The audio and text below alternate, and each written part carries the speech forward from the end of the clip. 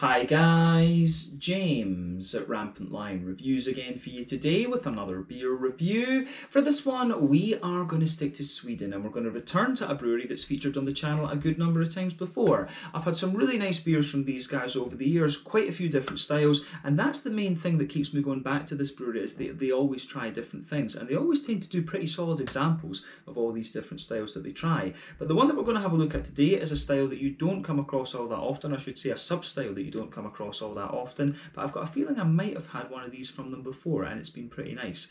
But yeah, certainly looking forward to it, so hopefully it makes for an interesting beer, hopefully it makes for an interesting review as well, and I hope that you guys enjoy my take on this one too. So yeah, for this review then, we are going to head to Eskilstuna, which is out to the west of Stockholm, and we're going to have a look at another beer from Eskilstuna Ölkultur.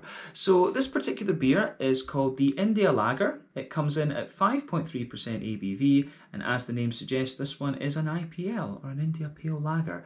So yeah, this is the second of two beers that they've released this month. So this beer was released as part of the Lokal Småskalig assortment through Systembolaget here in Sweden for August of 2021. We reviewed the Pilsner a couple of videos back. I thought that was really nice and very authentic, so I thought trying something a little bit more hoppy could be quite interesting as well. But like I say, looking forward to this one. Always nice to review new beers from Eskilstuna Ölkultur, and I think we should just get cracking with this one then. So, as always with my reviews, I'll tell you a little bit about the brewery before we taste the beer. If you want to get straight to the tasting, just fast forward.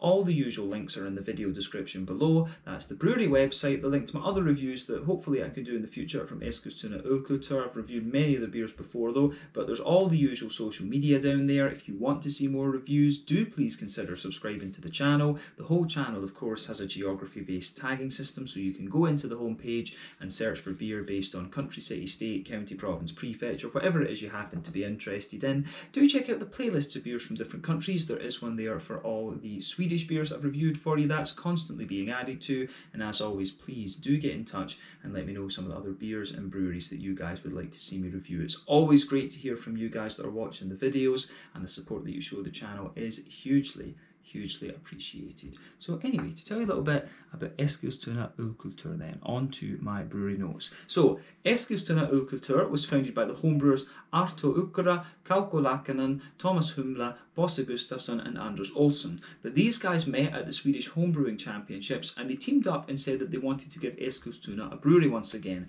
But together they managed to rent a building in the town centre and establish a beer bar, which was opened back at Christmas in 2003. But once the bar began to do really well, they thought they should start brewing for themselves, and so in 2006 they officially founded Eskilstuna Ölkultur.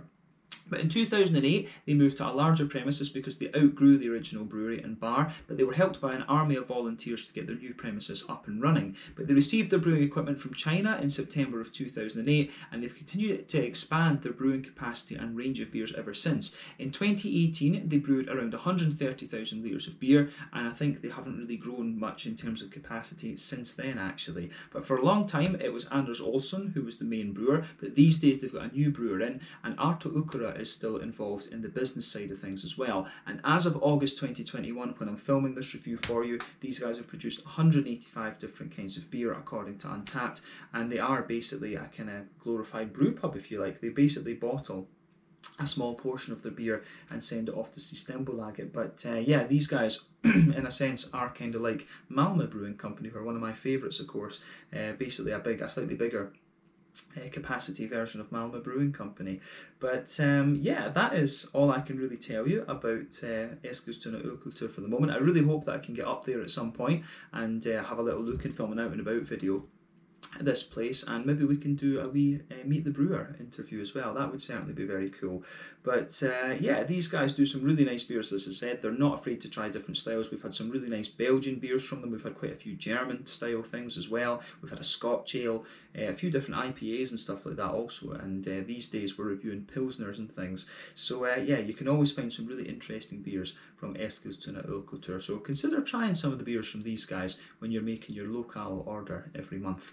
But yeah, that's it for this for the history section in this video. So if you want to learn more about these guys, you can check out the brewery website, you can follow them on Facebook and Instagram to keep up to date with all the latest goings on. You can check out the Rate Beer, Untappd and Beer Advocate pages as well to learn a little bit more about all the different beers that these guys have done. So yeah, let's see how we get on with this one then. That's it. So just to let you have a little look at the artwork on this one before we open it up. As you can see, they've recently undergone a little bit of a facelift with their labels. These ones are a little bit different from what we've had in previous months, but there you can see a nice picture which looks like an old factory. I'm not sure if this is part of the old brewery that used to be in Eskilstuna before, but this symbol down here, this one, is what the Eskilstuna Ölkultur building actually looks like. It's pretty cool actually, and as I say, I really want to get up there and filming an out and about video. That is something I would love to do with my friend Ricard over at Over et Glas. That would be awesome to do something with him actually, and film that, because you know he's good friends with these guys, and he's also good friends with Daniel from Murray's Brewery as well. So yeah, those are two breweries that I definitely want to go and visit and film some interviews and stuff with. But yeah, like we said earlier, this one is a 5.3% IPL. Let's get this guy out and we'll get on with the tasting. But yeah, do check out the link. I'll try and remember to put the link to Ricard's channel, Over et Glas, in the video description below. So do go and give him some love if you're interested in your Swedish beers. But he is a Swedish speaker, of course, and I used his channel a lot to help me with my Swedish when I was studying that. So Ricard is kind of responsible for me being fluent in Swedish these days, which is nice. Need to show you guys that a little bit more on the channel, I think, going forward. But yeah, let's see how we go then. So yeah, there we go. This looks pretty damn nice actually. So before the head disappears on this one, we can see that it's poured with about a half finger of a frothy, I would say perfect white head. It's got a little bit of a kind of creamy tinge to it, but there's one or two big bubbles sticking towards the side of the glass, a few little ones going up towards the bottom of the head there, but overall it looks it does look pretty nice actually. So yeah, this looks very good. In terms of colour, this beer is a lovely kind of bright golden, it's a lovely kind of bright hazy golden yellow colour. Remember, the colour of these beers depends on 1, the type of malts that you use, 2, the length of your wort boil, 3, any like barrel aging that you do, and 4, any adjuncts that you might put into it. But you know, when it comes to lager beers like this, you only really have to care about the type of malts and the length of your wort boil. So yeah, the length of your wort boil on a beer like this is probably going to be like 90 minutes or something like that. But yeah, this one is certainly not out of the ordinary for its colour when you consider what style it is. A lovely kind of bright, slightly hazy golden yellow colour. But yeah, it certainly looks the part for the style, so nothing untoward about that really. But yeah, let's take a look at the aroma then and see how we go on. This one certainly just looks a little bit like a kind of Helles lager or something like that. But yeah, let's take a look at that aroma and see how we get on then. This is one thing I really do love about the IPLs, is the aromas. Yeah, that does smell pretty nice actually. So yeah, straight away with this one, you've got a nice, you can smell a nice kind of oily malt base to it, and that's one of the things I always like about these IPLs, is that they do have a little bit more of a kind of oily malt base to them. So straight away you can smell the backbone of this beer is a nice kind of bread crusty.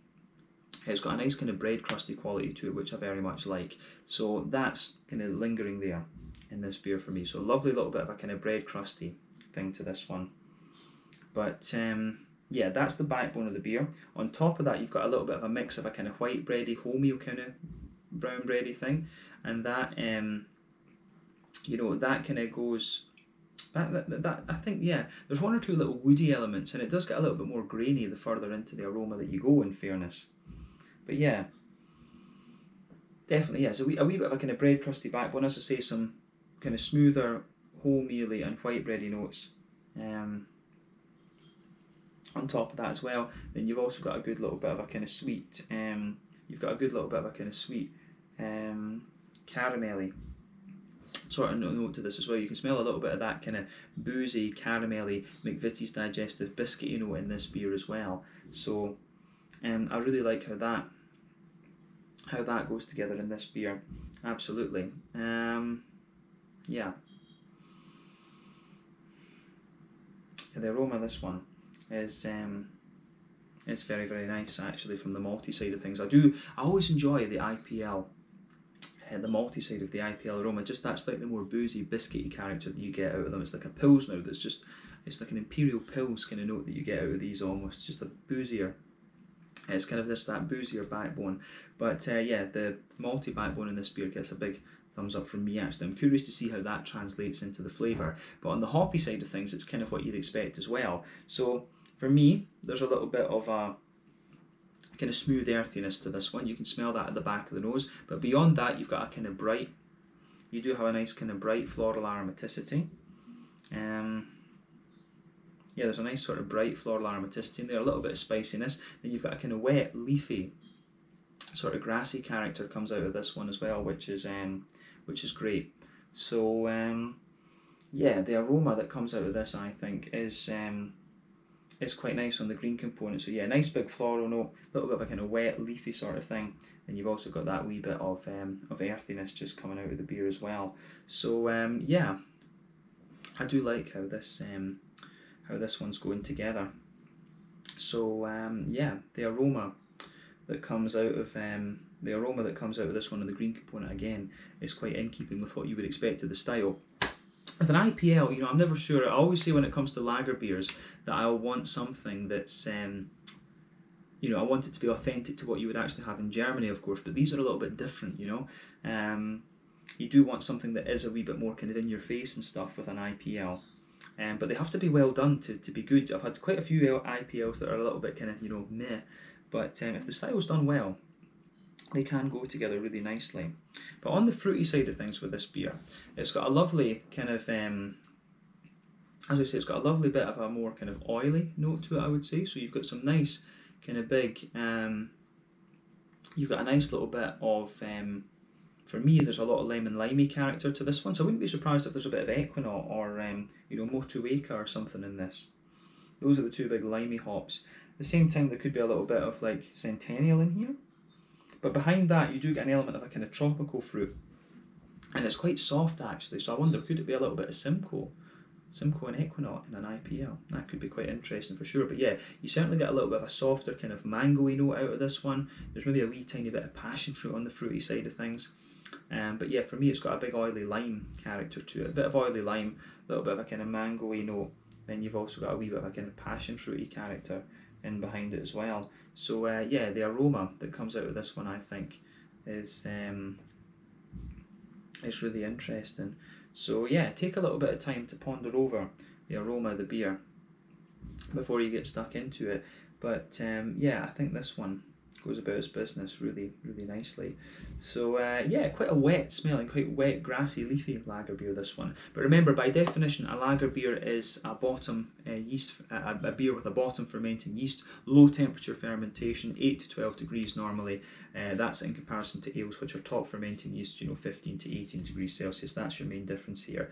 The IPL, don't know how you where on the lager scale you can really put these in comparison to things. They're maybe a little bit like the kind of Czech amber lagers in a way, the Letzaks, but yeah, with a bit more hoppy character. That's maybe a decent way to describe these ones, like a slightly boozier version of a Czech Letzak almost. But yeah, anyway, let's have a taste of this one and see how we get on. This is the India Lager coming in at 5.3% ABV, an IPL from Eskilstuna Ölkultur in Eskilstuna out to the west of Stockholm. Let's get stuck into this one. Slange, skål, cheers, and once again a big shout out to Rikard from Over et Glas. Skål.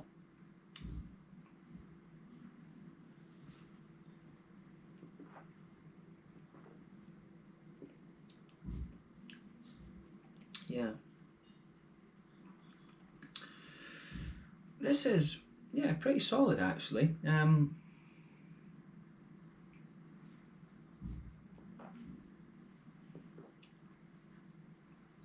Yeah, you know, I would say this is, if I think about this one, I mean, obviously with these two beers being released quite close together, with these two beers being released, you know, kind of quite close together, I'm obviously going to compare this a little bit to the Pilsner, and I'm going to say straight away, if I had the choice between the two, I would probably go for the Pilsner. The IPL, as I've said, is a difficult style to get right. And this is, you know, it's fairly solid, but I just think, you know, for me, if you had the choice between an IPL and a properly brewed German Pilsner or Czech Pilsen, whatever, I would probably just go for the original one. The IPL is a style.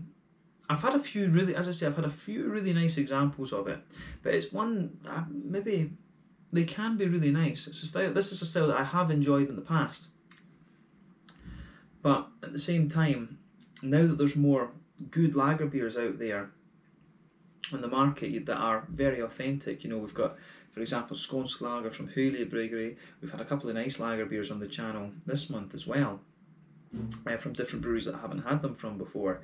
I just think, you know, for me, I would go for the Pilsner from these guys over this one, but it's just my opinion. You guys might disagree with that, and feel free to comment about that in the comment section below.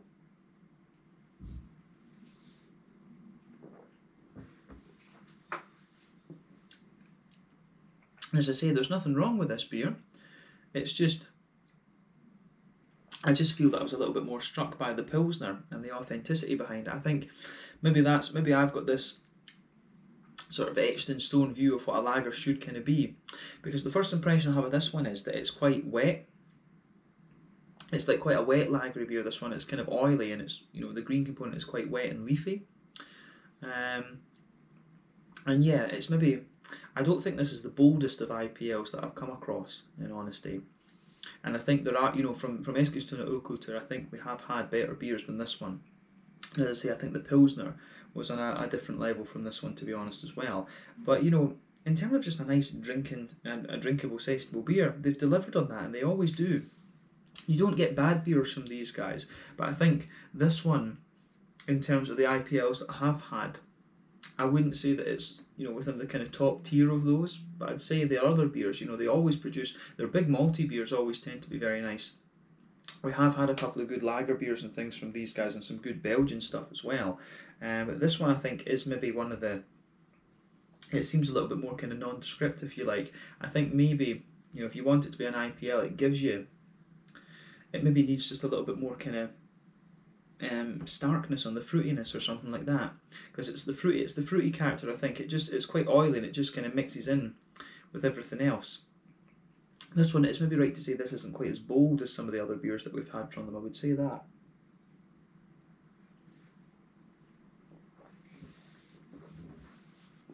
But yeah, but in fairness, I think it does grow on me a little bit the more that I drink of it. But like I say, I think I would go for the Pilsner over this one pretty much every time. But let's try and break down the flavour of this beer for you and just describe it a little bit more kind of succinctly. So straight away across the middle of your palate, and the middle and the back third, I would say, you feel that nice kind of bread crusty element coming out of the beer. You can feel on top of that there's a nice little bit of a kind of smooth wholemeal, sort of brown bready sort of thing. There is an element of white bread in there as well, which I do like.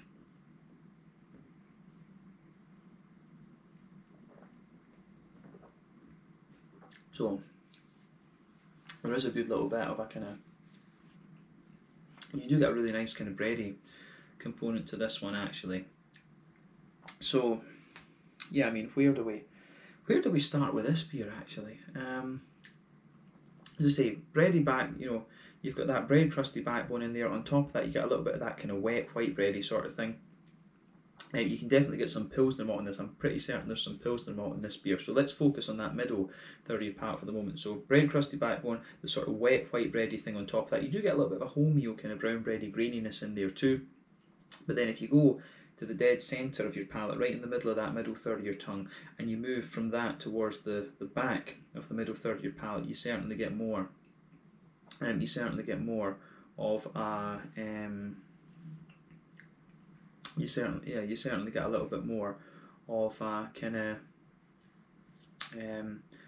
Pilsner malty dry sort of thing. So I really like how that goes together. But sitting on top of that, you get a nice kind of oily, you get a nice more kind of oily side to the malt. So you can certainly feel it's a little bit of that concentrated, you know, biscuity, syrupy sort of thing that you would associate with the McVitie's digestive biscuits. And as you move further out from that towards the extremities of that middle third of your palate, it gives you a few more of the kind of grainy sort of things. Yeah.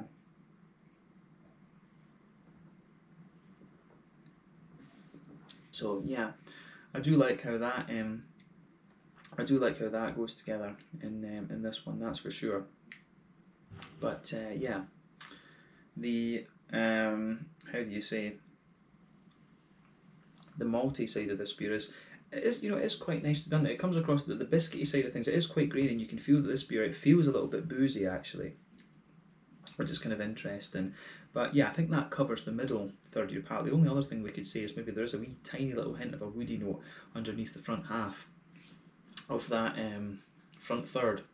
The front half of that middle third of your palate, we should say. There's a bit of woodiness in there. But yeah, let's focus on the back third of the palate then. So the border region between middle third and back third of your palate, you get a nice little bit of bready build up there, a wee bit of bread crust in the base of the back third of the palate. You can feel a good bit of bread crusty character in there, the sort of wet white bready note there on top of it. Then you start to get more, you get a little bit more of a graininess as well, but then on top of that you can feel the slightly more yeasty character to this one, and it's a bit of a kind of grainy bready note there. But when you start at the back of the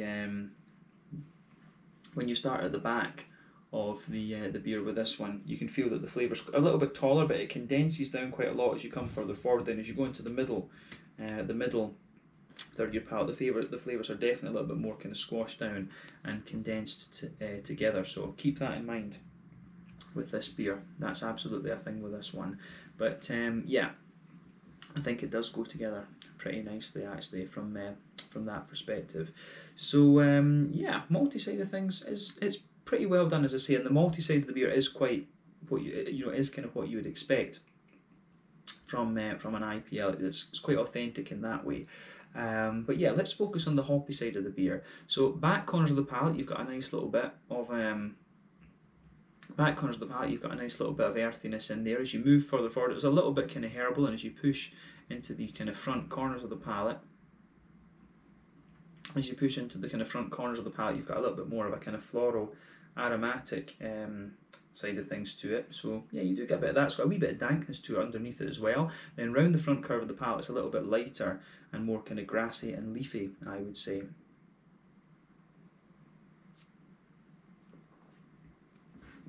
So yeah, I can certainly appreciate how that goes together on this one. But yeah, it does have quite a wet, leafy green component to it. So that's an interesting point to make about this beer for sure. So on the kind of the fruity side of things with this beer then, so border region between front third and middle third of your palate, you can feel a little bit of a bready build up in there, a wee bit of a graininess in that as well. In the base of that front third of your palate is a more kind of smooth you've got a more kind of smooth bread crusty and a little bit of a brown bready sort of thing. Then on top of that you get that nice oily bubble where those juicy fruity esters roll their way out of the beer. And yeah, it's kind of, as I say, it's really the green part of the hops. You do get the floral kind of danky notes coming out of this one. So I mean, I do wonder what hops have been used in this beer. Could it be a little bit of Chinook? A little bit of Chinook and maybe some Centennial or Equinox or something that's in here. It might be a little bit of Citra in fairness as well, because Citra will give you that more pungent tropical fruit note, and you are getting that. So at the back of that front third of your palate, you certainly get a wee bit more of a pungent, passion fruity, grapefruity sort of thing, and as you move further forward, it becomes a little bit more kind of mango-y, but it's a little bit more of a kind of boozy, darker mango that you get out of this, and you do get a few dried apricot elements in there as well. But then as you push towards the front half of that front third of your palate, you get a more kind of oily, sort of oily, limey character out of this one. So I wouldn't be surprised if there's Equinox or Motueka or something like that in this beer. It really does have quite a bit of limey character to it, this one. But the tropical hop, could it be a little bit Citra, like Citra and Motueka or Citra and Equinox in this one? But I wouldn't be surprised if there's a wee bit of Chinook has been used as a bittering hop in this one, because you do get almost a little bit of a darker grapefruit at the back of that front third of your palate. It's actually very nice. It's actually really nice how this beer goes together. So yeah.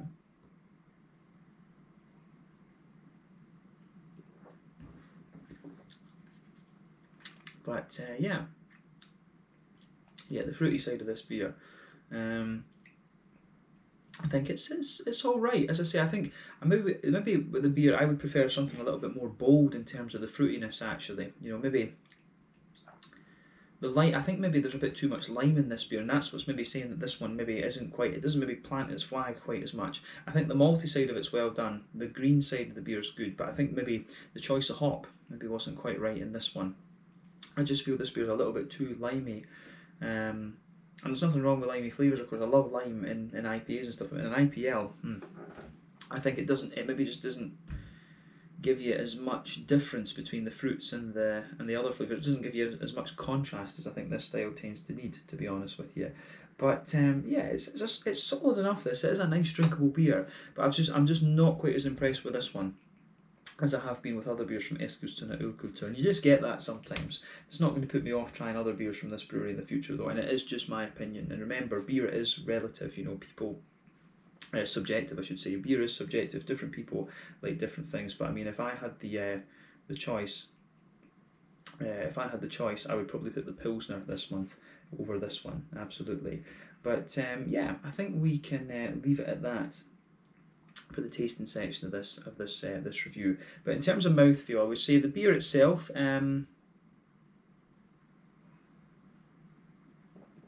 I mean it's mid-bodied, bottom end of mid-body. The carbonation is quite smooth. It feels quite clean at the same time. It's got a little bit of a slickness and crispness to it. But in that regard, I would say that it's quite. I think that it is quite.